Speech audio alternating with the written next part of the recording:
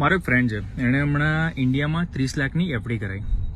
તો કરાવવા જતો હતો ને ત્યારે મારે એની જોડે વાત થઈ તો કે હું એફડી કરાવીને મૂકું છું.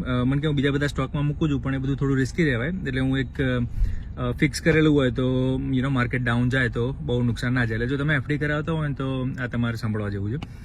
તો મને કીધું કે મેં કીધું કઈ રીતે કરવાનું હોય? એટલે કે કંઈ નહીં, 30 લાખની એફડી મૂકી દઈશ. મેં કીધું એના કરતાં તું એવું કર, 3 એફડી મૂક 10 લાખની. અને પહેલી એફડી મૂક કે જે 1 વર્ષે પાકી જાય, બીજી એફડી એવી મૂક કે જે 2 વર્ષે પાકી જાય, અને ત્રીજી એફડી મૂક જે 3 વર્ષે પાકી જાય. બરાબર? હવે આમાં શું થશે કે ઇન્ટરેસ્ટ રેટ તો સરખો જ મળશે ને. મેં કીધું યાર સરખો મળશે, પણ તારે કરવાનું શું, એ ત્રણેય જ્યારે પાકી જાય ને ત્યારે ફરીથી 3 વર્ષ માટે રિન્યુ કરાવી રાખવાની.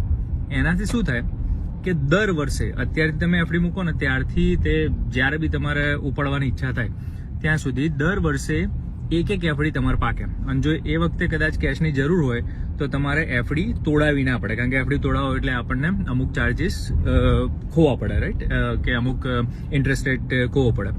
એના કરતાં એવી રીતે સેટ કરીએ કે દર વર્ષે આપણને ઓપોર્ચ્યુનિટી મળે કે એ આપણે તોડાઈ શકીએ અને કોઈ લોસ બી ના જાય. તો જો તમે કરાવતા હોય તો એવું સ્ટ્રક્ચર ટ્રાય કરી દેજો. ચલો, થેન્ક યુ, ફોલો કરતા જજો.